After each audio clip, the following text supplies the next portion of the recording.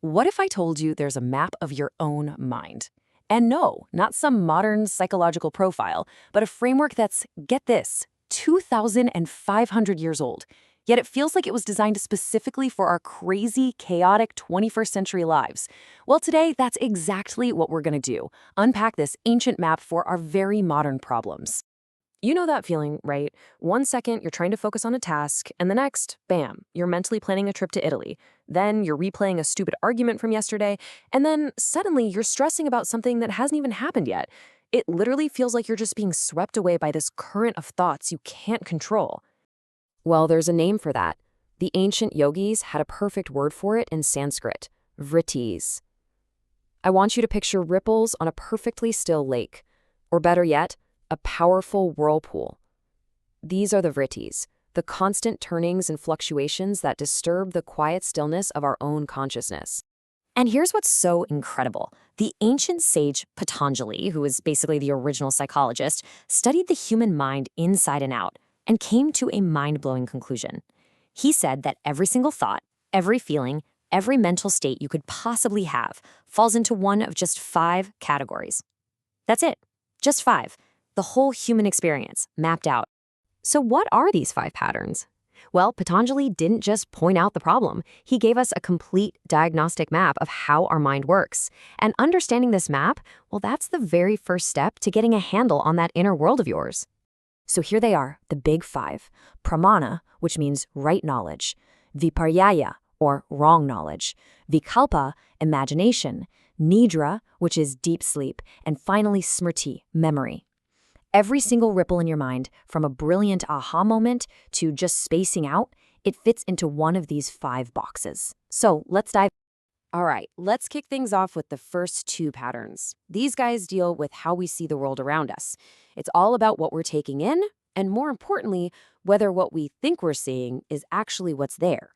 So on one side of the coin, you've got pramana, which is all about getting it right, seeing things as they are. And on the flip side, you've got viparya, which is about getting it wrong, seeing a totally distorted version of reality. So pramana is right knowledge. And Patanjali says we get this solid, correct info in one of 3 ways. First, direct perception. You know, the stuff you see with your own 2 eyes. I see it's raining, so I know it's raining. Simple. Second, logical inference. You see smoke on the horizon, so you figure there's a fire. Makes sense.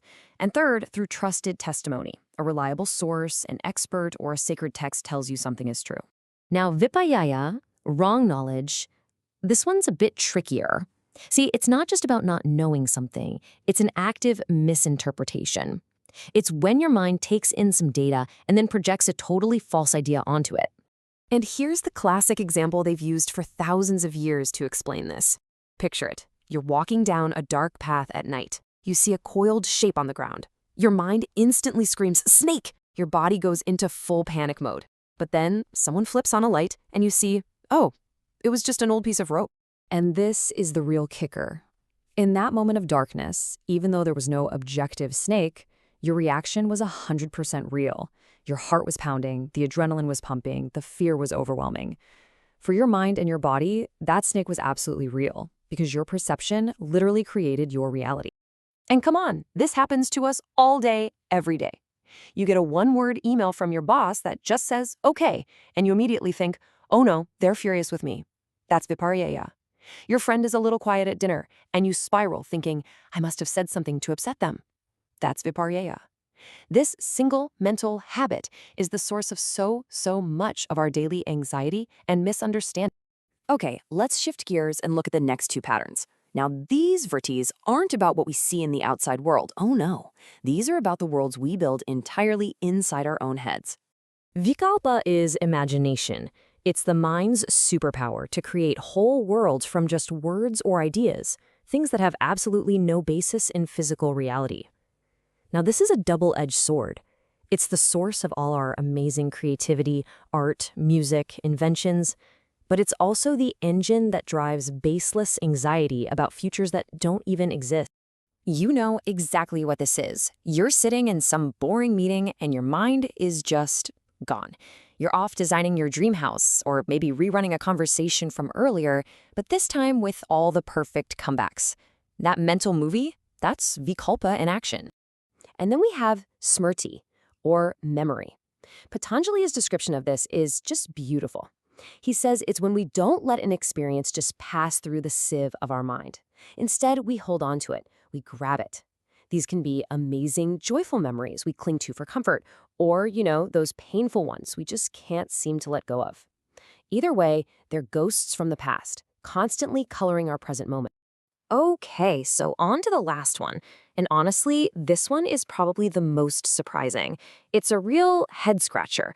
How can sleep, a state where we think literally nothing is happening, be considered a pattern of the mind? It sounds like a total paradox, doesn't it? I mean, if a vritti is a ripple or a whirlpool of thought, how can the complete absence of ripples be a ripple itself? The logic here is so subtle, but absolutely brilliant.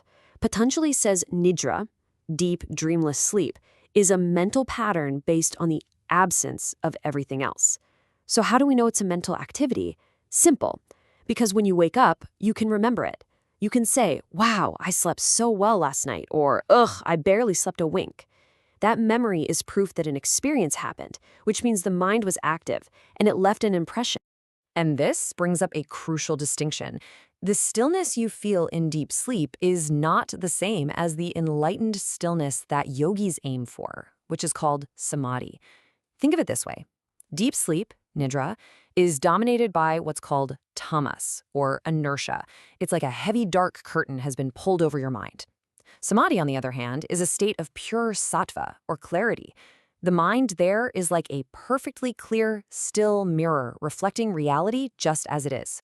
Okay, so we have our 5 patterns: right knowledge, wrong knowledge, imagination, sleep, and memory. We've got the map. Now what? What do we actually do with this? How does knowing this stuff help us navigate our own minds without going crazy? And this is so, so important. The goal is not to get rid of these patterns. You can't. That's like trying to tell the ocean to stop having waves. It's impossible. No, the goal is to gain what Patanjali calls nirodha, which means mastery or conscious direction over them. It's about going from being tossed around in the whirlpool to becoming the skilled captain of your own ship. So how do we actually practice this? Well, here's a super simple but seriously powerful 3-step technique you can use anytime, anywhere. First, just notice. Become aware of what your mind is doing right now. Are you replaying the past? Worrying about the future? Second, name it. Just label it. Ah, okay, that's smriti, or yep, there's vikalpa again. And third, and this is the game changer, create distance. See that pattern for what it is, just an activity happening in your mind. It's not you. That simple act of noticing and naming takes you out of the whirlpool and puts you safely on the riverbank, just watching it go by. So I'll leave you with this question. Right now, in this very moment, as you're listening to my voice, which of the 5 patterns is running your mind? Are you taking this in as pramana, right knowledge?